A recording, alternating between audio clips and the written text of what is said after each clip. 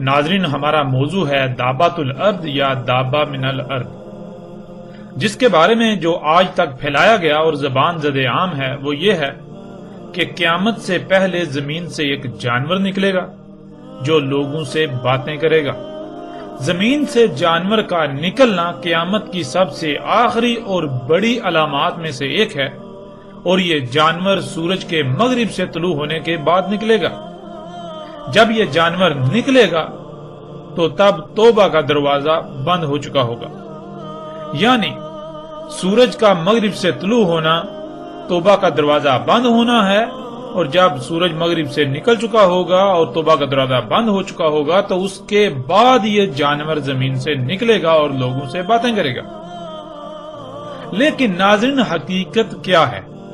اس پر ہم الحمدللہ اللہ کے فضل سے ہر پہلو سے اور ہر لحاظ سے اس طرح کھول کر بات کریں گے کہ حق روز روشن کی طرح کھل کر واضح ہو جائے۔ اب آتے ہیں اپنے موضوع کی طرف۔ دابۃ الارض یا دابہ من الارض سب سے آخری اور بڑی علامات اور اشراط الساعۃ میں سے ایک ہے۔ علامات الساعۃ کی سب سے آخری علامت عیسیٰ ابن مریم علیہ السلام کی بعثت ہے۔ عیسیٰ ابن مریم علیہ السلام کی موجودگی میں ایک عظیم واقعہ رونما ہوگا جو کہ ایک عظیم عذاب ہوگا، جسے اللہ سبحانہ و تعالیٰ نے قرآن میں القاریہ کہا ہے، جو کہ تاریخ انسان کی مجموعی طور پر 5ویں اور آخری ایٹمی تباہی ہوگی، یعنی عالمی ایٹمی جنگ۔ اس کی تفصیل بھی انشاءاللہ اللہ کے فضل سے آئندہ ایک ساتھ میں آئے گی۔ عیسیٰ ابن مریم علیہ السلام جو کہ علامات الساعۃ الکبریٰ میں سے سب سے آخر پر ہیں، ان سے پہلے دخان ہیں، اور دخان سے پہلے دابۃ الارض، یوں یعنی دابۃ الارض علامات الساعۃ الکبریٰ میں تیسری آخری علامت ہے۔ ناظرین، آگے بڑھنے سے پہلے یہاں کچھ الفاظ کو سمجھنا بہت ضروری ہے، کیونکہ ان الفاظ کے غلط تراجم و معنی ایسے پھیلا دیے گئے کہ نہ صرف وہ اتنے عام ہو گئے کہ زبان زد عام ہو گئے، بلکہ اس وجہ سے حق چھپ گیا، یوں اکثریت حق کو سمجھنے سے محروم ہو گئی۔ ان میں پہلا لفظ ہے الساعۃ۔ ناظرین، قرآن میں مجموعی طور پر 36 مقامات پر 40 بار اس لفظ کا استعمال ہوا ہے۔ یہاں یہ بات ذہن میں رہے، لفظ الساعۃ کی بات ہو رہی ہے، نہ کہ صرف سات کی۔ الساعۃ اور سات میں کیا فرق ہے، اس پر بھی آگے بات ہوگی۔ پہلے اس پر بات کریں گے کہ آج تک اس لفظ کا کیا ترجمہ کیا جاتا رہا۔ ناظرین، آپ قرآن کے جتنے بھی تراجم و تفاسیر ہیں انہیں اٹھا کر دیکھ لیں تو آپ کو تقریباً ہر جگہ پر لفظ الساعۃ کا ترجمہ قیامت ہی ملے گا۔ مثلا کچھ مقامات کو ہم آپ کے سامنے رکھتے ہیں اور پھر فیصلہ آپ خود کیجئے گا کہ قرآن کے ساتھ کتنا بڑا کھلواڑ کیا گیا، کہ کیسے قرآن کو تراجم کی صورت میں بدلا گیا۔ ناظرین، ہم وقت کی قلت اور کم وقت میں موضوع کو مکمل کرنے کی غرض سے مکمل آیات کا ترجمہ بیان نہیں کریں گے، بلکہ ہم آیات میں صرف انہی مقامات کا ترجمہ بیان کریں گے جہاں لفظ الساعۃ کا استعمال ہوا ہے۔ اس وقت آپ سکرین پر دیکھ سکتے ہیں سورہ یوسف آیت نمبر 107، جس میں لفظ الساعۃ کا ذکر ہوا ہے، اور مترجم ہے مفتی محمد نعیم۔ وہ لکھتے ہیں، اور ان پر اچانک قیامت واقع ہو جائے۔ پھر مفتی تقی عثمانی لکھتے ہیں، یا ان پر قیامت اچانک ٹوٹ پڑے۔ امین حسن اصلاحی لکھتے ہیں، کوئی آفت یا قیامت ہی اچانک آدم کے۔ نگہت ہاشمی، یا اچانک ان پر قیامت ہی آ جائے۔ ابو العلا مودودی، یا بے خبری میں قیامت کی گھڑی اچانک ان پر نہ آ جائے۔ احمد رضا خان، یا قیامت ان پر اچانک آ جائے۔ احمد علی، یا اچانک قیامت ان پر آ جائے۔ فتح محمد جالندری، یا ان پر ناگہاں قیامت آ جائے۔ طاہر القادری، یا ان پر اچانک قیامت آ جائے۔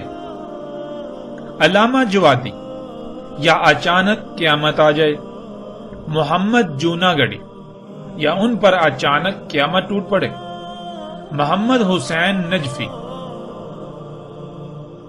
یا اچانک ان کے سامنے اس حال میں قیامت آ جائے، محمود الحسن، یا آ پہنچے قیامت، اشرف علی تھانوی، یا ان پر اچانک قیامت آ جاوے۔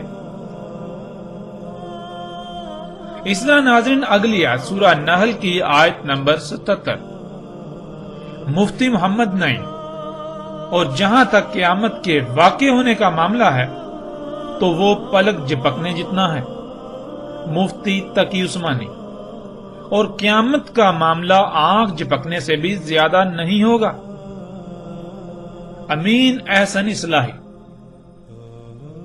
اور قیامت کا معاملہ بس آنکھ جھپکنے کی طرح یا اس سے بھی جلد تر ہوگا،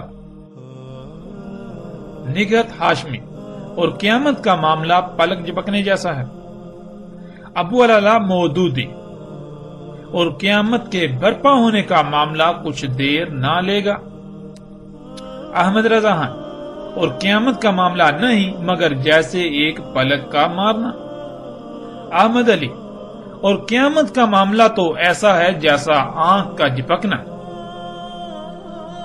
فتح محمد جالندری، قیامت کا آنا یوں ہے جیسے آنکھ کا جھپکنا، طاہر القادری، اور قیامت کے بپا ہونے کا واقعہ اس قدر تیزی سے ہوگا جیسے آنکھ کا جھپکنا، محمد جوناگڑھی، اور قیامت کا امر تو ایسا ہی ہے جیسے آنکھ کا جھپکنا، محمد حسین نجفی، اور قیامت کا حکم تو صرف ایک پلک جھپکنے کے برابر یا اس سے بھی قریب تر ہے، محمود الحسن، اور قیامت کا کام تو ایسا ہے جیسے لپک نگاہ کی یا اس سے بھی قریب، اشرف علی تھانوی، اور قیامت کا معاملہ بس ایسا جھٹ پٹ ہوگا جیسے آنکھ کا جھپکنا۔ اس طرح ناظرین سورہ الکہف کی آیت نمبر 36، مفتی محمد نعیم، اور نہ میں یہ خیال کرتا ہوں کہ قیامت برپا ہوگی، مفتی تقی عثمانی، اور میرا یہ خیال ہے کہ قیامت کبھی نہیں آئے گی، امین احسن اصلاحی، اور میں قیامت کے آنے کا بھی گمان نہیں رکھتا، نگہت ہاشمی، اور میں نہیں سمجھتا کہ قیامت بھی قائم ہونے والی ہے، ابو العلا مودودی، اور مجھے توقع نہیں کہ قیامت کی گھڑی کبھی آئے گی، احمد رضا خان، اور میں گمان نہیں کرتا کہ قیامت قائم ہو، احمد علی، اور میں قیامت کو ہونے والی خیال نہیں کرتا، فتح محمد جالندری، اور نہ خیال کرتا ہوں کہ قیامت برپا ہو، طاہر القادری، اور نہ ہی یہ گمان کرتا ہوں کہ قیامت قائم ہوگی، علامہ جوادی، اور میرا گمان بھی نہیں ہے کہ کبھی قیامت قائم ہوگی، محمد جوناگڑھی، اور نہ میں قیامت کو قائم ہونے والی خیال کرتا ہوں، محمد حسین نجفی، اور میں خیال نہیں کرتا کہ کبھی قیامت برپا ہوگی، محمود الحسن، اور نہیں خیال کرتا ہوں کہ قیامت ہونے والی ہے، اشرف علی تھانوی، اور میں قیامت کو خیال نہیں کرتا کہ آئے گی۔ ناظرین ہم نے 14 مترجمین کے تراجم کو آپ کے سامنے رکھا اور آپ نے خود دیکھا کہ تمام کے تمام مترجمین نے لفظ الساعۃ کا ترجمہ قیامت کیا، اور ہم آپ کو پہلے ہی بتا چکے کہ قرآن میں مجموعی طور پر 36 مقامات پر 40 بار اس لفظ یعنی الساعۃ کا ذکر ہوا ہے۔ اور ناظرین آپ تمام کے تمام مقامات کو اٹھا کر دیکھ لیں، آپ کو ان تمام کے تمام مترجمین کا ترجمہ یہی ملے گا، یعنی الساعۃ کا ترجمہ قیامت ہی ملے گا۔ اب ناظرین سوال یہ پیدا ہوتا ہے کہ اگر لفظ الساعۃ کا معنی قیامت ہی تھا یا اس سے مراد قیامت ہی تھا تو پھر کیا اللہ سبحانہ و تعالیٰ کو اس کا علم نہ تھا کہ یہاں قیامت کا ذکر کرنا مقصود ہے، لیکن اللہ سبحانہ و تعالیٰ یہاں لفظ الساعۃ کا استعمال کر رہا ہے؟ اور ناظرین یہ نقطہ ہم نے آپ کے سامنے اس لیے رکھا کیونکہ آپ یہ جان کر چونک جائیں گے کہ اللہ سبحانہ و تعالیٰ نے قرآن میں لفظ قیامت کا بھی استعمال کیا ہے، بلکہ قیامت پر تو پوری ایک سورۃ القیامہ بھی قرآن میں موجود ہے۔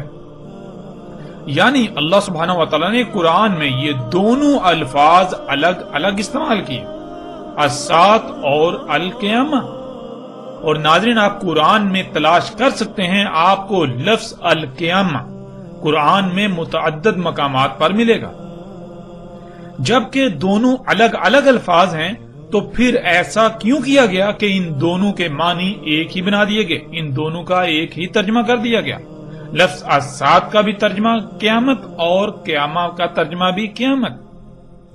ناظرین بہت سے لوگوں کے نزدیک یہ ایک معمولی غلطی ہو سکتی ہے، یا پھر وہ یہ بھی سوچ رہے ہوں گے کہ اس سے کیا فرق پڑتا ہے، یہ تو معمولی بات ہے، لیکن وہ یہ نہیں جانتے کہ جسے وہ معمولی سمجھ رہے ہیں وہ معمولی نہیں ہے بلکہ غیر معمولی حیثیت و اہمیت کی حامل ہے۔ اس کے نقصانات کیا ہیں ہم آپ پر واضح کیے دیتے ہیں۔ سب سے پہلی بات یہ کہ آپ نے قرآن میں یہ تو پڑھا ہوگا کہ اللہ الحکیم ہے، یعنی اللہ کا ایک اسم الحکیم ہے، اور یہ لفظ قرآن میں متعدد مقامات پر آیا ہے۔ حکیم حکمہ سے ہے، اور حکمہ کہتے ہیں فیصلے کو، یعنی کیا، کب، کیوں، کتنا اور کیسے وغیرہ ایسے تمام سوالات کے جوابات کو حکمہ، اور جس کے پاس ان سوالات کے جوابات کا علم ہو وہ حکیم کہلاتا ہے۔ ناظرین اسے ایک مثال سے سمجھ لیتے ہیں۔ مثلا آپ پلاؤ بنانا چاہتے ہیں، پلاؤ بنانے کے لیے کیا کیا درکار ہے؟ مثلا آگ، برتن، گھی، چاول، گوشت، پیاز، نمک، مرچ، مسالے اور پانی وغیرہ، یہ سب علم کہلاتا ہے۔ اور اب یہ فیصلہ کرنا کہ ان اشیاء کا کب، کیوں، کتنا اور کیسے استعمال کرنا ہے۔ مثلا سب سے پہلے کیا کرنا ہے، یعنی آگ جلانی ہے، کتنی جلانی ہے، اسی طرح کب برتن رکھنا ہے، کتنا گرم کرنا ہے، کیوں گرم کرنا ہے، اسی طرح باقی تمام اشیاء کب، کیوں، کتنی کتنی اور کیسے استعمال کرنی ہے کہ بہترین مطلوبہ شے یعنی پلاؤ بن جائے، اسے حکمہ کہتے ہیں۔ اور جس میں یہ صلاحیت موجود ہو اسے حکیم کہتے ہیں۔ ناظرین یہ جان لینا ضروری ہے کہ اگر کہیں بھی کوئی بھی رد و بدل کیا جائے گا، یعنی کسی شے کا کم یا زیادہ پہلے یا بعد میں استعمال کیا جائے گا تو مطلوبہ نتائج حاصل نہیں ہو سکتے، اس لیے رائے برابر بھی تبدیلی ممکن نہیں ہے۔ اب قرآن میں دیکھیں کہ اللہ سبحانہ و تعالیٰ نے یہ لفظ کہاں کہاں استعمال کیا، تو آپ پر واضح ہو جائے گا کہ اللہ سبحانہ و تعالیٰ نے خود کو العلیم الحکیم کہا، الحکیم کو العلیم کے ساتھ استعمال کیا۔ تو ناظرین سوال یہ پیدا ہوتا ہے کہ آخر کیوں؟ تو اس کا جواب یہ ہے کہ اللہ العلیم ہے، نہ صرف العلیم ہے بلکہ وہ الحکیم بھی ہے، یعنی اس علم کا کب، کہاں، کیوں، کتنا اور کیسے استعمال کرنا اللہ میں یہ صلاحیت موجود ہے، یہ ہے الحکیم ہونا۔ اور پھر اللہ نے نہ صرف خود کو الحکیم کہا بلکہ اللہ سبحانہ و تعالیٰ نے خود کو العزیز الحکیم کہا، جیسا کہ آپ آیات میں دیکھ سکتے ہیں۔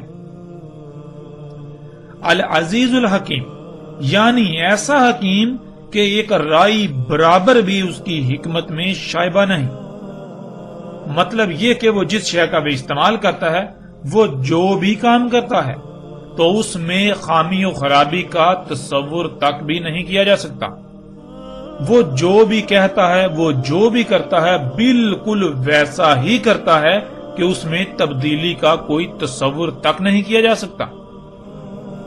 یعنی اگر اس نے کوئی لفظ استعمال کیا ہے اور اس کے برعکس قرآن میں بالکل اس سے ملتا جلتا لفظ استعمال ہوتا ہے لیکن ان دونوں میں ایک باریک سا فرق ہے، تو اس فرق کو ضرور مد نظر رکھا جائے گا، کیونکہ اگر اس فرق کو مد نظر نہ رکھا تو یہ اللہ کے الحکیم ہونے کا کفر ہوگا۔ اللہ سبحانہ و تعالیٰ نے وہ فرق اسی لیے رکھا کیونکہ وہاں وہ فرق رکھنا لازم تھا۔ یہ ہے اللہ کا الحکیم ہونا۔ اب اگر کوئی شخص قرآن میں ایسے فرق کو نظر انداز کرتا ہے تو وہ اللہ کے الحکیم ہونے کا انکار کرتا ہے۔ اللہ سبحانہ وتعالیٰ نے وہاں وہ فرق اسی لیے رکھا کیونکہ وہاں بالکل ویسا ہی لفظ آ سکتا تھا، وہاں بالکل ویسی ہی بات کرنا مقصود تھی، اس میں رائی برابر بھی تبدیلی نہیں کی جا سکتی۔ اب ناظرین، جب کہ آپ جان چکے ہیں کہ اللہ نہ صرف الحکیم ہے بلکہ العلیم الحکیم ہے، اور پھر نہ صرف العلیم الحکیم بلکہ العزیز العلیم الحکیم، جب اللہ الحکیم ہے، نہ صرف الحکیم بلکہ العزیز الحکیم، تو پھر یہ کیسے ممکن ہے کہ اس کا کام، اس کا کلام الحکیم نہ ہو؟ بلا شک و شبہ پھر اللہ سبحانہ و تعالیٰ کا ہر کام حکمت سے بھرپور ہے۔ قرآن اللہ کا کلام ہے تو پھر یہ بھی الحکیم ہے، جیسا کہ آپ قرآن میں ہی دیکھ سکتے ہیں۔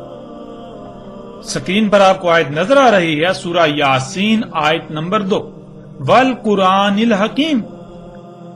تو ناظرین، اللہ سبحانہ و تعالیٰ نے اسی قرآن میں القرآن کو الحکیم کہا، یعنی القرآن میں جہاں جہاں جو جو الفاظ بیان کیے، جو جو آیات آئیں، جو جو حروف آئے، ان میں رائی برابر بھی تبدیلی نہیں کی جا سکتی۔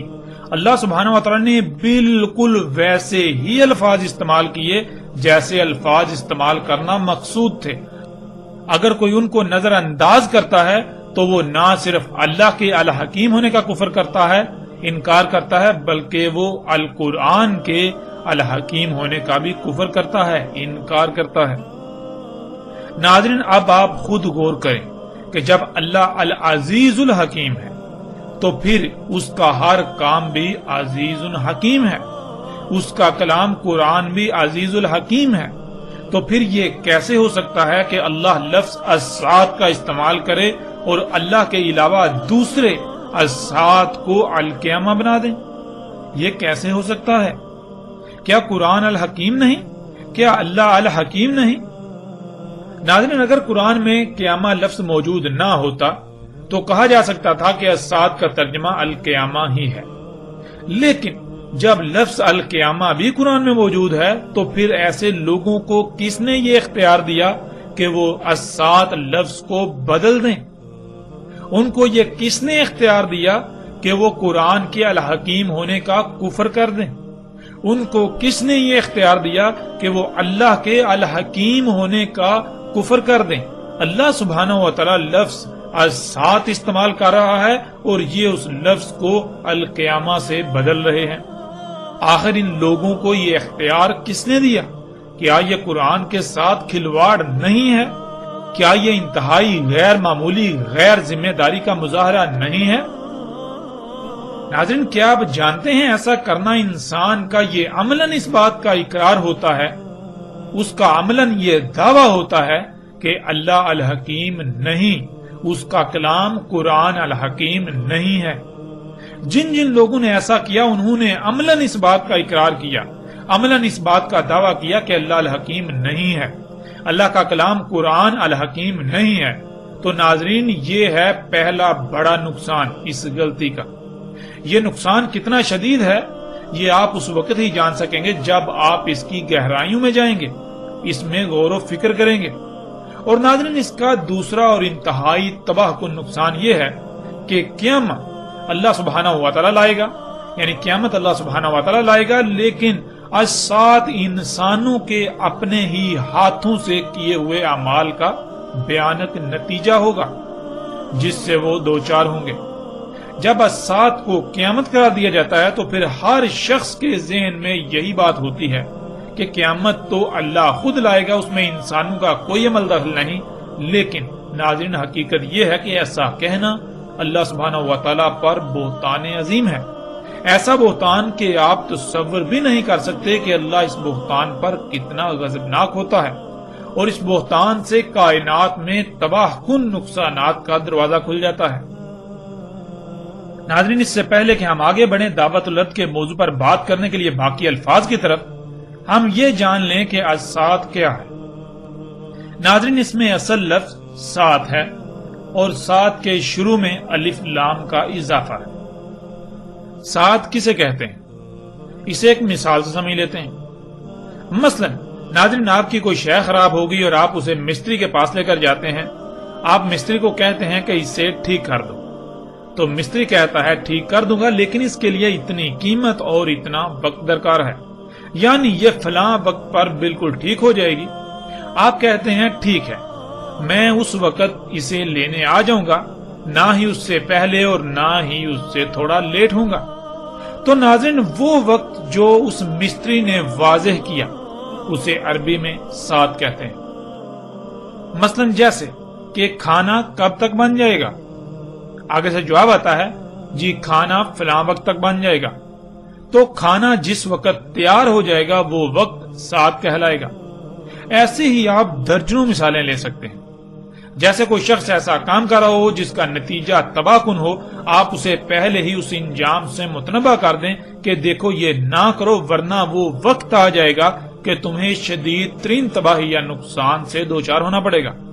تو وہ وقت جب اس تباہی کا آنا ہے جس سے آپ نے متنبہ کیا وہ سات کہلائے گا۔ اب ناظرین آتے ہیں لفظ السات کی طرف۔ سات کا تو آپ جان چکے، اور جب بھی عربی میں کسی لفظ کے ساتھ اس کے شروع میں الف لام کا اضافہ کیا جاتا ہے تو وہ بالکل ایسے ہی ہوتا ہے جیسے انگلش میں کسی شے کے ساتھ دی یا دا لگایا جاتا ہے، یعنی کسی شے کو اسپیسیفائی کرنے کے لیے، مخصوص کرنے کے لیے۔ السات، سات کے ساتھ الف لام، یعنی کوئی مخصوص وقت ہے جس کا ذکر کیا جا رہا ہے، کوئی مخصوص گھڑی۔ اور وہ السات یعنی مخصوص وقت کیا ہے، اس کا اللہ سبحانہ و تعالیٰ نے قرآن میں جگہ جگہ تفصیل کے ساتھ ذکر کیا۔ اس پر تفصیل کے ساتھ آئندہ الگ موضوع کے تحت بات ہوگی، لیکن یہاں ہم مختصراً بیان کرتے ہوئے آگے بڑھیں گے۔ ناظرین اللہ سبحانہ و تعالیٰ نے قرآن میں یہ بالکل واضح کر دیا کہ اللہ نے زمین و آسمانوں میں میزان وضع کیا، میزان یعنی توازن قائم کیا۔ آپ اپنی ہی ذات میں غور و فکر کریں تو آپ پر واضح ہو جائے گا کہ کیسے آپ کے جسم میں ایک بہترین توازن قائم ہے۔ جب تک یہ توازن برقرار رہتا ہے تو جسم بالکل ٹھیک رہتا ہے، اور جیسے ہی اس توازن میں بگاڑ آتا ہے تو جسم میں خرابیاں ظاہر ہوتی ہیں جنہیں بیماریوں کا نام دیا جاتا ہے۔ ناظرین میزان کہتے ہیں جو شے جیسی جیسی درکار ہو بالکل ویسی ہی بنائی جائے، پھر ہر شے کو جو اس کا مقام ہے اس پر ایسے فٹ کر دیا جائے کہ ایک بہترین توازن قائم ہو جائے۔ جب تک وہ توازن برقرار رہے گا تو اس مشین میں کسی بھی قسم کی کوئی خرابی پیدا نہیں ہوگی، وہ بالکل ٹھیک رہے گی۔ اور جیسے ہی اس میں کوئی تبدیلی کی جائے گی تو اس میں قائم توازن بگڑ جائے گا، اس توازن میں بگاڑ پیدا ہوگا جس کا نتیجہ خرابیوں اور بالآخر تباہیوں کی صورت میں ظاہر ہوگا۔ ناظرین گزشتہ ایک ساتھ میں اس کی وضاحت ہو چکی۔ اللہ سبحانہ و تعالیٰ نے آسمانوں اور زمین کو بالکل ایک مشین کی مانند خلق کیا۔ تمام مخلوقات ایک مشین کے مختلف پرزوں کی مانند ہیں۔ جیسے ایک مشین میں تمام پرزے جب تک اپنے اپنے مقام پر رہتے ہوئے اپنی اپنی ذمہ داری پوری کریں گے تو وہ مشین بالکل ٹھیک رہے گی، بالکل ایسے ہی اللہ سبحانہ و تعالیٰ نے زمین اور آسمانوں میں لاتعداد مخلوقات کو خلق کر کے ان کے مقامات پر لگا دیا تاکہ وہ اپنی اپنی ذمہ داری پوری کریں، جس سے وضع کردہ توازن برقرار رہے۔ اللہ سبحانہ و تعالیٰ نے کہا تھا کہ اس نے پہاڑوں سے زمین کا توازن قائم کیا، اور سختی کے ساتھ کہا تھا کہ اللہ کی خلق میں تبدیلی نہ کرنا، اللہ کی خلق میں چھیڑ چھاڑ نہ کرنا، اللہ کی خلق میں فطرت میں مداخلت نہ کرنا، کیونکہ اللہ نے اپنی خلق میں تبدیلی کی گنجائش رکھی ہی نہیں ہے۔ اگر اللہ کی خلق میں تبدیلی کی جائے گی تو پھر اس میں بگاڑ پیدا ہوگا جس کا نتیجہ تباہیوں کی صورت میں سامنے آئے گا۔ ایسے ہی زمین کی مخلوقات ہوں، پھل پھول سبزیوں سمیت تمام کا تمام رزق ہو، ہواؤں اور بادلوں کا نظام ہو، زمین و آسمان میں لاتعداد چھپی ہوئی مخلوقات ہوں، ان میں چھیڑ چھاڑ کرنے، ان میں مداخلت کرنے، ان کے پیچھے پڑنے سے منع کیا، ان میں کسی بھی قسم کی تبدیلی کرنے سے منع کیا تھا، ورنہ اگر ان میں چھیڑ چھاڑ کی جائے گی تو ان میں بگاڑ پیدا ہوگا اور پھر نتیجتاً طرح طرح کی بیماریوں، مصیبتوں، تکلیفوں، زلزلوں، سیلابوں، طوفانوں اور تباہیوں کا سامنا کرنا پڑے گا۔ ناظرین، آپ خود غور کریں کہ آپ کا جسم زمین کے عناصر سے بنا ہے اور وہ زمین کے عناصر آپ کے جسم کی ضرورت ہوتے ہیں، جن کو آپ بطور خوراک اپنے جسم کو فراہم کرتے ہیں۔ ان کی مقدار، ان کا معیار، یہ سب کون طے کرے گا؟ ظاہر ہے وہی جو ان کا خالق ہے، جو اس جسم کا خالق ہے۔ اور اگر ان کے معیار میں، ان کی مقدار میں کسی بھی قسم کی تبدیلی کی جائے گی تو کیا جسم میں توازن برقرار رہے گا؟ سوال ہی پیدا نہیں ہوتا۔ جسم میں قائم توازن بگڑ جائے گا۔ جب جسم میں موجود لا تعداد مخلوقات کو ان کی ضروریات کی مقدار کم یا زیادہ ہوگی، معیار برقرار نہیں رہے گا، تو پھر ظاہر ہے جسم میں وہ مخلوقات متاثر ہوں گی، جس سے جسم میں قائم توازن بگڑ جائے گا، جس کا اظہار بیماریوں کی صورت میں ہوگا۔ اب اگر ان بیماریوں یعنی جسم میں ہونے والی خرابیوں کو دور نہیں کیا جائے گا تو پھر ظاہر ہے ایک وقت ایسا آئے گا جب جسم موت کا شکار ہو جائے گا، یعنی آخری بڑی تباہی کا شکار ہوگا۔ ایسے ہی ناظرین، جب زمینوں آسمانوں میں ترقی کے نام پر چھیڑ چھاڑ کی جائے گی، ان میں فساد کیا جائے گا، پہاڑوں کو کاٹ کاٹ کر زمین کا توازن بگاڑ دیا جائے گا، تو کیا زلزلے نہیں آئیں گے؟ رزق میں زیادہ اور جلد پیداوار کے حصول کے لالچ میں چھیڑ چھاڑ کی جائے گی، اس میں جنیاتی تبدیلیاں کی جائیں گی، تو کیا اس رزق کا استعمال کرنے والے انسان ہوں یا باقی جاندار، کیا ان کے اجسام میں اللہ کے وضع کردہ میزان میں خسارہ نہیں ہوگا اور نتیجتاً بیماریوں کا شکار نہیں ہوں گے، مفلوج نہیں ہوں گے؟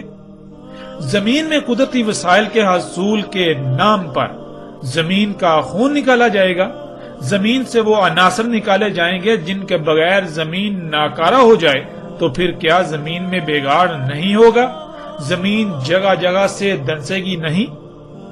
بادلوں میں ہواؤں کے نظام میں چھیڑ چھاڑ کی جائے گی تو کیا بادلوں کا نظام ٹھیک رہے گا؟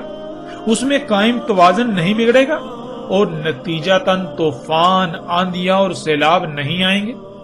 زمین پر ترقی کے نام پر طرح طرح کی گیسوں کا اخراج کیا جائے گا جس سے فضا زہر آلود ہو جائے گی، تو سانس اور جلد کی بیماریوں کے ساتھ ساتھ طرح طرح کی تباہیوں کا سامنا نہیں کرنا پڑے گا؟ کیا زمین پر درجہ حرارت بڑھنا شروع نہیں ہو جائے گا؟ کیا آسمان یعنی زمین کے گرد گیسوں کی 7 تہوں پر مشتمل تہ در تہ حساس ترین حصار متاثر نہیں ہوگا؟ وہ پھٹے گا نہیں؟ ناظرین، یہی سب اللہ سبحانہ و تعالیٰ نے کہا تھا کہ جب تم فطرت میں چھیڑ چھاڑ کرو گے، اللہ کی خلق میں تبدیلیاں کرو گے، تو ان نتائج کا سامنا کرنا پڑے گا۔ اور جیسے جب تک بیماری لا علاج نہیں ہوتی تب تک علاج ممکن ہوتا ہے، اس وقت تک علاج کر لیا جائے تو بیماری سے چھٹکارا مل جاتا ہے، ورنہ اگر وقت ہاتھ سے نکل جائے تو نہ صرف بیماری لا علاج ہو جاتی ہے بلکہ پھر آخری بڑے نتیجے کا سامنا کرنا پڑتا ہے جو جسم کو مکمل طور پر نکارہ بنا دیتا ہے، اور وہ موت ہے۔ بالکل اسی طرح ناظرین، آج آپ اپنی آنکھوں سے دیکھ رہے ہیں انسانوں کے اپنے ہی ہاتھوں سے کیے جانے والے مفسد اعمال، جنہیں وہ ترقی کا نام دیتے ہیں، ان کی وجہ سے دنیا میں طرح طرح کی بیماریاں، مصیبتیں، تکالیف، جنگ و جدل، سیلاب، طوفان، آندھیاں، زلزلے، زمین کا جگہ جگہ سے دھنسنا، زمین اور پہاڑوں کا ٹل جانا وغیرہ، کیا یہ سب رک جائے گا؟ نہیں، یہ اب لا علاج ہو چکا۔ اب یہ سب دن بدن بڑھتا ہی چلا جائے گا، یہاں تک کہ عنقریب ایسا زلزلہ آئے گا جو کہ انسانوں پر آخری عظیم ترین تباہی مسلط ہوگی، جس میں ایک بھی انسان نہیں بچے گا۔ اس تباہی کے مسلط ہونے کے وقت کو اللہ سبحانہ و تعالیٰ نے قرآن میں الساعۃ کہا۔ اب ناظرین، آپ خود غور کریں کہ کیا الساعۃ قیامت ہے؟ کیا الساعۃ اللہ لائے گا یا پھر انسانوں کے اپنے ہی مفسد اعمال جن کو وہ ترقی کا نام دے رہا ہے، انہی اعمال کا بھیانک نتیجہ ہوگا؟ اور ناظرین، قیامت کیا ہے؟ اس کو بھی یہاں مختصراً جان لیں، باقی تفصیل کے ساتھ آئندہ ایک ساتھ میں قیامت کے موضوع کے تحت بات ہوگی۔ ناظرین، قرآن میں 70 مقامات پر لفظ القیامہ کا استعمال ہوا ہے، اور تمام مقامات پر آپ پر یہ بات واضح ہو جائے گی کہ قیامت کیا ہے۔ قیامت الساعۃ کے بعد، یعنی عظیم زلزلے میں تمام کے تمام انسانوں کے خاتمے کے بعد، جب زمین انسانوں کے اپنے ہی ہاتھوں سے کیے ہوئے مفسد اعمال کے رد عمل کی وجہ سے انتہائی بھیانک صورت اختیار کر چکی ہوگی، انسانوں کے اعمال کے رد عمل جب آنا تھم جائیں گے، تب تمام انسانوں کو دوبارہ زندہ کیا جائے گا اور ان سے ان کے اعمال کی پرسش ہوگی اور بدلے کا سامنا کرنا ہوگا۔ اس سے القیامہ یعنی قیامت کہا گیا۔ اب ناظرین، آپ خود غور و فکر کریں اور فیصلہ کریں، الساعۃ اور القیامہ میں کتنا فرق ہے، اور الساعۃ کا ذمہ دار کون ہوگا؟ کس کی وجہ سے الساعۃ آئے گی؟ کیا اللہ الساعۃ کا ذمہ دار ہوگا یا انسان خود اس کا ذمہ دار ہوگا؟ کیا الساعۃ اللہ کی چاہت ہوگی؟ اور القیامہ کیا ہے؟ القیامہ دوبارہ اٹھائے جانے سے لے کر رائی برابر اعمال کا بدلہ دیا جائے گا۔ ناظرین، اب سوال یہ پیدا ہوتا ہے کہ کیا انسان ایسا چاہے گا یا پھر القیامہ اللہ کی چاہت ہوگی؟ فیصلہ بالکل آسان ہے، حق آپ کے سامنے ہے۔ اب آپ خود اس بات کا اندازہ لگا سکتے ہیں کہ لفظ الساعۃ کا ترجمہ جب قیامت کیا گیا تو اس کے کتنے عظیم نقصانات ہیں، اور کیا اللہ سبحانہ و تعالیٰ اس کی اجازت دیتا ہے؟ اور پھر جن لوگوں نے آج تک ایسے تراجم کیے، کیا آپ ان سے یہ سوال نہیں کریں گے؟ کیا ان لوگوں کا اتنا عظیم دجل چاک ہونے کے باوجود بھی آپ ان کو اپنا الہ بنائے رہیں گے؟ اس دجل کے چاک ہونے کے باوجود وہ آپ کو فرشتے نظر آئیں گے؟ وہ آپ کو علماء نظر آئیں گے؟ ناظرین، جان لیں، اگر اس کے باوجود آپ حق سے اعراض کرتے ہیں اور ایسے لوگوں کے ہی پیچھے چلتے رہیں گے تو عنقریب ایسے انجام سے دوچار ہوں گے کہ اس وقت آپ چاہیں گے کہ کاش ہمیں ایک موقع مل جائے، لیکن تب سوائے پچھتاوے کے کچھ نہیں رہے گا۔ اس لیے اس وقت فیصلہ آپ کے ہاتھ میں ہے، آپ کے پاس وقت ہے، آپ وہ فیصلہ کریں جس میں آپ کے لیے دنیا اور آخرت میں فلاح ہو، فائدہ ہو، پچھتاوے کا سامنا نہ کرنا پڑے۔ ناظرین، لفظ الساعۃ کو آپ الحمدللہ جان چکے، اب آتے ہیں ان الفاظ کی طرف، اشراط اور علامات۔ جیسے آپ نے عموماً سنا ہوگا اشراط الساعۃ اور ایسے ہی علامات الساعۃ، اور دونوں کا ترجمہ قیامت کی علامات یا قیامت کی نشانیاں کر دیا جاتا ہے۔ لفظ اشراط یہ جمع کا صیغہ ہے اور اس کا واحد شرط ہے۔ ناظرین، شرط کسے کہتے ہیں اسے ایک مثال سے سمجھ لیتے ہیں۔ مثلا پیاس بجھانے کے لیے پانی کا ہونا ضروری ہے، پانی کے بغیر پیاس کا بجھانا ناممکن ہے۔ یعنی شرط کسی بھی عمل یا شے کے پیچھے موجود ایسے عمل، عوامل یا مراحل کو کہتے ہیں جس کے بغیر عمل کا وجود ناممکن ہو۔ جیسے دو اس وقت تک نہیں آ سکتا جب تک کہ ایک نہیں آ جاتا، اب ایک نہ صرف دو کے پیچھے اس کے وجود یا عدم کی وجہ ہے، بلکہ جب تک ایک نہیں آ جاتا تب تک دو نہیں آ سکتا۔ بالکل ایسے ہی ناظرین، اشراط الساعۃ کہتے ہیں ان امور کو، یعنی ان کاموں کو، ان عوامل کو، ان اعمال کو، ان مراحل کو جن کے بغیر الساعۃ کا آنا ناممکن ہے، کیونکہ نہ صرف وہ الساعۃ سے پہلے ہونا لازم ہے بلکہ انہی کی وجہ سے الساعۃ کا وجود ممکن ہے، یعنی ان کی وجہ سے الساعۃ آئے گی، وہ عظیم زلزلہ آئے گا۔ اب ناظرین، آپ کے لیے بالکل آسان ہو چکا اشراط الساعۃ کو جاننا۔ آپ خود غور کریں کہ وہ کون سے امور ہیں، وہ کون سے عوامل ہیں، وہ کون سے مراحل ہیں جن کی وجہ سے الساعۃ آئے گی، یعنی عظیم زلزلے کی صورت میں ایسی تباہی کہ کوئی ایک بھی انسان اس سے نہیں بچ سکے گا۔ ناظرین، اب آتے ہیں علامات الساعۃ کی طرف، یعنی لفظ علامات کی طرف۔ علامات ان امور، ان عوامل، ان مراحل وغیرہ کو کہا جاتا ہے جو اپنے بعد کسی کے وجود میں آنے کا علم دے رہے ہوں، یعنی جو اپنے بعد آنے والے کا اظہار کر رہے ہوں۔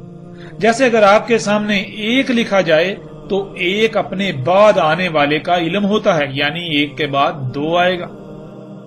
ایسے ہی ناظرین، مثال کے طور پر اگر کوئی شخص اینٹیں، سیمنٹ، بجری، سریا اور ریت وغیرہ خرید رہا ہو تو یہ عوامل اس بات کا علم دے رہے ہوتے ہیں کہ کسی عمارت کی تعمیر ہونے والی ہے، یا تعمیر ہو رہی ہے، یا پھر عنقریب تعمیر ہو جائے گی۔ یعنی علامات ان عوامل، امور یا مراحل وغیرہ کو کہا جاتا ہے جو مستقبل قریب یا بعید میں آنے والے کا علم دے رہے ہوں۔ اب ناظرین غور کریں، آج جو زلزلے آ رہے ہیں، جن وجوہات کی بنا پر یہ زلزلے آ رہے ہیں، اگر ان وجوہات کو دور نہیں کیا جائے گا، ان کی اصلاح نہیں کی جائے گی، تو پھر کیا یہ زلزلے رک جائیں گے؟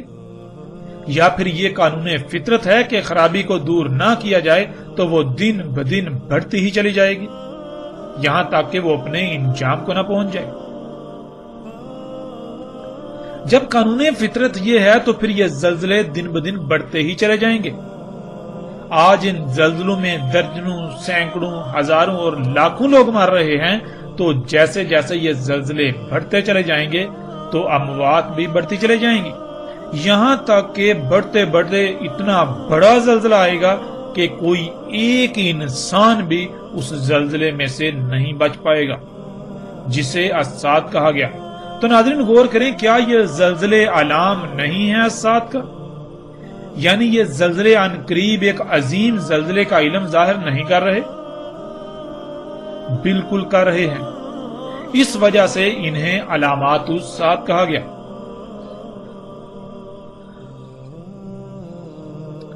ناظرین اب آتے ہیں ہم اپنے موضوع کی طرف۔ ہمارا موضوع ہے دابۃ الارض یا دابہ من الارض، جو کہ ہم پیچھے بات کر چکے ہیں کہ دابۃ الارض یا دابہ من الارض کے بارے میں آج تک جو زبان زد عام ہے، جو پھیلا دیا گیا، وہ یہ ہے کہ قیامت کی آخری اور سب سے بڑی علامات میں سے ایک زمین سے جانور کا نکلنا، اور وہ جانور انسانوں سے باتیں کرے گا، اور وہ جانور اس وقت نکلے گا جب سورج مغرب سے طلوع ہو چکا ہوگا اور توبہ کا دروازہ بند ہو چکا ہوگا۔ سورج مغرب سے طلوع ہونے کے بعد، توبہ کا دروازہ بند ہونے کے بعد وہ جانور نکلے گا۔ اب حقیقت کیا ہے، ہم آتے ہیں اس طرف۔ ناظرین دابۃ الارض کے معنی ہے ارض کا دابہ، اور دابہ من الارض کے معنی ہے ارض سے دابہ، یعنی وہ دابہ جو ارض سے بنے گا، ارض سے وجود میں آئے گا۔ ناظرین پیچھے یہ بتایا گیا ہے کہ دابۃ الارض بڑی اور آخری علامات و شرائط میں سے آخری تیسری نہ صرف علامت ہے بلکہ شرط ہے، یعنی اسات جن وجوہات کی بنا پر آئے گی ان میں سے ایک بڑی وجہ وہ دابہ ہوگا جو ارض سے بنے گا، اور جب وہ دابہ ظاہر ہوگا تو وہ اس بات کا علم ہوگا کہ اب اسات بالکل سر پر آ چکی ہے۔ یہ بات پھر سے جان لیں اور اسے اپنے ذہن میں بٹھا لیں کہ دابۃ الارض اشراط الساعت میں سے ہے، یعنی ان عوامل، ان امور، ان مراحل میں سے ایک ہے جن کی وجہ سے الساعت آئے گی۔ اگر آپ نے اس نقطے کو جان لیا تو نہ صرف آپ دابۃ الارض کو بآسانی سمجھ سکیں گے، بلکہ مزید ایسے ایسے حقائق آپ پر کھل جائیں گے جن کا اس سے پہلے آپ کے لیے تصور کرنا بھی محال تھا۔ سب سے پہلے ہم ان الفاظ کو جان لیتے ہیں، لفظ دابہ اور ارض۔ ناظرین دابہ یا الدابہ یہ لفظ بنا ہے داب سے، اور داب عربی میں کہتے ہیں مرحلہ با مرحلہ آگے بڑھنے کو، سفر طے کرنے کو، حرکت کرنے کو۔ یعنی اگر آپ زمین میں دیکھیں تو آپ کو مخلوقات کی ایک کثیر تعداد ایسی ملے گی جو خود بخود حرکت نہیں کرتی، یعنی ساکت مخلوقات، جیسے درخت، پہاڑ، فصلیں، پھل، پھول، سمندر۔ اس طرح آپ کو ایک کثیر تعداد نظر آئے گی۔ اب اس کے برعکس دوسری قسم کی مخلوقات ہیں جو کہ حرکت کرتی ہیں، جیسے کہ تیر کر، رینگ کر، چل کر یا اڑ کر۔ تو ناظرین یہ جتنی بھی حرکت کرنے والی مخلوقات ہیں انہیں دابہ کہا جاتا ہے، یعنی حرکت کرنے والی مخلوقات مرحلہ با مرحلہ سٹیپ بائی سٹیپ آگے بڑھنے والی مخلوقات، مرحلہ با مرحلہ سٹیپ بائی سٹیپ سفر طے کرنے والی مخلوقات۔ اب آپ جس زاویے سے بھی غور کریں گے تو آپ کو ان میں یہی بات نظر آئے گی، نہ صرف یہ سٹیپ بائی سٹیپ یعنی مرحلہ با مرحلہ سفر کرتی ہیں، حرکت کرتی ہیں، بلکہ یہ بالکل اسی طرح مرحلہ با مرحلہ وجود میں آئیں۔ جب زمین مکمل ہوئی تو سب سے آخر میں خلا سے جمے ہوئے پانی کے شہابیوں کی بارش ہوئی، ان شہابیوں کے زمین پر آ کر پگھلنے کی وجہ سے پانی وجود میں آیا۔ اس سے پہلے زمین پر خلا سے 3 مراحل میں ایسا مواد آ چکا تھا اور وہ کیمیائی عوامل سے گزر کر اپنے اپنے مقام پر پہنچ چکا تھا، جس کا تعلق زمین پر حیات سے تھا، زمین پر زندگی سے تھا یا زندگی سے ہے۔ یوں زمین پر زندگی سے تعلق رکھنے والے چوتھے اور آخری مرحلے میں زمین کے پانی پر اترنے سے ان کیمیائی عناصر کے ساتھ پانی کا اختلاط ہوا تو پانی میں زندگی وجود میں آئی، یعنی پانی میں کیڑوں کی ابتدا ہوئی، وہ مرحلہ با مرحلہ آگے بڑھتی گئیں، یعنی ان میں اضافہ ہوتا چلا گیا، جسے آپ ارتقاء کا نام دے سکتے ہیں۔ یعنی لفظ داب کو جو آسان ترین معنی دیا جا سکتا ہے وہ ہے ارتقاء، اسی سے ہے دابا، یعنی سٹیپ بائی سٹیپ مرحلہ با مرحلہ آگے بڑھنا۔ یوں پانی میں ان کیڑوں کے وجود میں آنے سے ان سے پانی میں تیرنے والی مخلوقات وجود میں آئیں، پھر ان سے ایسی مخلوقات وجود میں آئیں جو کہ پانی اور خشکی دونوں میں زندہ رہ سکتی ہیں، تیرنے والی مخلوقات سے رینگنے والی مخلوقات، رینگنے والی مخلوقات سے چلنے والی مخلوقات اور چلنے والی مخلوقات سے اڑنے والی مخلوقات وجود میں آئیں۔ اس طرح یہ تمام حرکت کرنے والی مخلوقات نہ صرف مرحلہ با مرحلہ حرکت کرتے کرتے آگے بڑھتی ہیں، بلکہ یہ اسی طرح مرحلہ با مرحلہ حرکت کرتے کرتے وجود میں آئیں۔ ناظرین، اس طرح یہ تمام کی تمام حرکت کرنے والی مخلوقات نہ صرف مرحلہ با مرحلہ سٹیپ بائی سٹیپ حرکت کرتی ہیں، آگے بڑھتی ہیں، سفر کرتی ہیں، بلکہ یہ اسی طرح مرحلہ با مرحلہ حرکت کرتے کرتے وجود میں آئیں۔ اسی طرح ناظرین، ہم دیکھتے ہیں کہ اللہ سبحانہ و تعالیٰ نے قرآن میں دابا کے بارے میں کیا رہنمائی کی۔ اللہ سبحانہ و تعالیٰ نے قرآن میں دابا کسے کہا؟ ناظرین، قرآن میں 14 مقامات پر لفظ دابا کا استعمال ہوا اور اس کی جمع کا صیغہ دواب 4 مقامات پر استعمال ہوا۔ اس کے علاوہ جس سے یہ لفظ بنا یعنی داب، اس کا استعمال بھی 4 مقامات پر ہوا۔ یوں ناظرین، داب، دابا اور دواب کی صورت میں مجموعی طور پر پورے قرآن میں 22 مقامات پر اس لفظ کا استعمال ہوا۔ ناظرین، ان 22 مقامات کو اگر سامنے رکھا جائے تو بالکل کھل کر واضح ہو جائے گا کہ دابا کے معنی کیا ہیں۔